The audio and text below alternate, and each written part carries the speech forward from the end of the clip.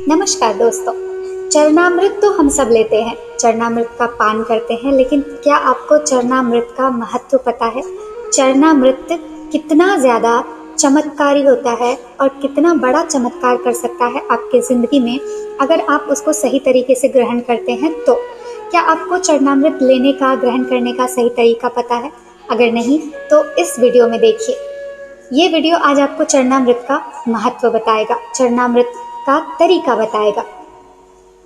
अक्सर जब हम मंदिर जाते हैं तो पंडित जी हमें भगवान का चरणामृत देते हैं। क्या कभी हमने ये जानने की कोशिश की है कि चरणामृत का महत्व क्या है? शास्त्रों में कहा गया है, अकाल मृत्यु हरणं सर्व व्याधि विनाशनम विष्णु पादोदकं पीत्वा पुनर्जन्म न विद्यते।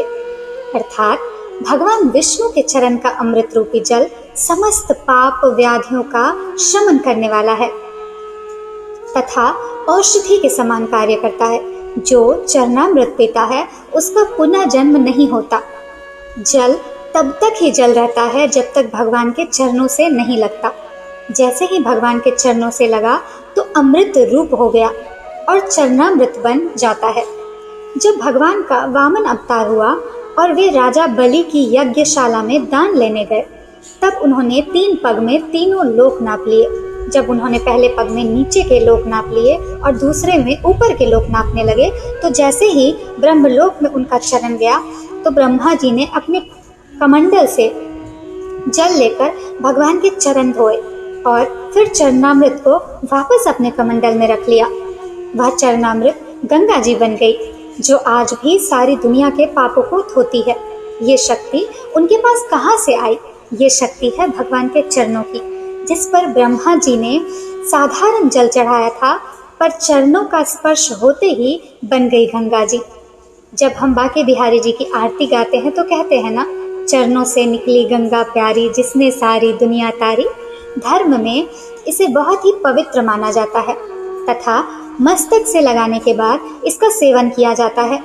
चरणामृत का सेवन अमृत के समान माना गया है। कहते हैं भगवान श्री राम के चरण धोकर उसे चरणामृत के रूप में स्वीकार कर केवट ने न केवल स्वयं भव बाधा से पार हो गए, बल्कि उसने अपने पूर्वजों को भी तार दिया।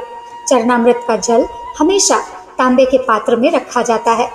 आयुर्वेदिक मतानुसार तांबे के पात्र में अनेक रोगों को नष्ट करने की शक्ति होती है, जो उसमें रखे जल में भी आ जाती है।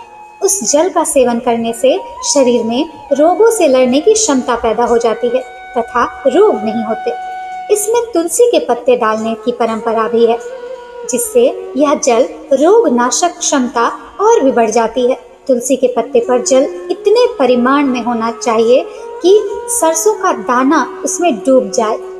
ऐसा माना जाता है कि तुलसी चरणामृत लेने से मेधा, बुद्धि, स्मरण शक्ति को बढ़ाता है। इसलिए यह मान्यता है कि भगवान का चरणामृत औषधि के समान है। यदि उसमें तुलसी पत्र भी मिला दिया जाए तो उसके औषधीय गुणों में और भी वृद्धि हो जाती है। कहते हैं सीधे हाथ में तुलसी चरणामृत ग्रहण करने से हर शुभ काम या अच्छे काम का जल्द परिणाम मिलता है।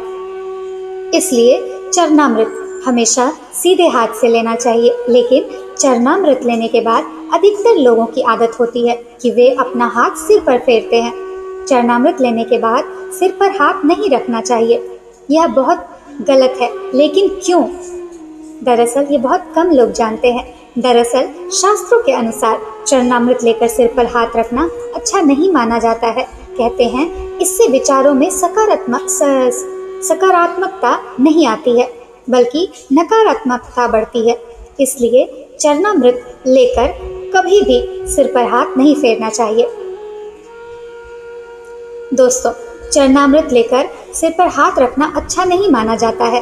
कहते हैं इससे विचारों में सकारात्मकता नहीं बल्कि नकारात्मकता बढ़ती है। इसलिए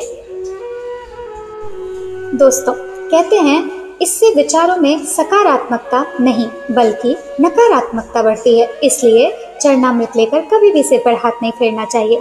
दोस्तों, इस चैनल पर हम ऐसे ही बहुत सारे इम्पोर्टेंट और नॉलेजेबल वीडियोस लाते रहते हैं। अगर आपको ये वीडियो पसंद आया तो प्लीज़ इस चैनल को सब्सक्राइब कीजिए और इस वीडियो को लाइक कीजिए। Thank you.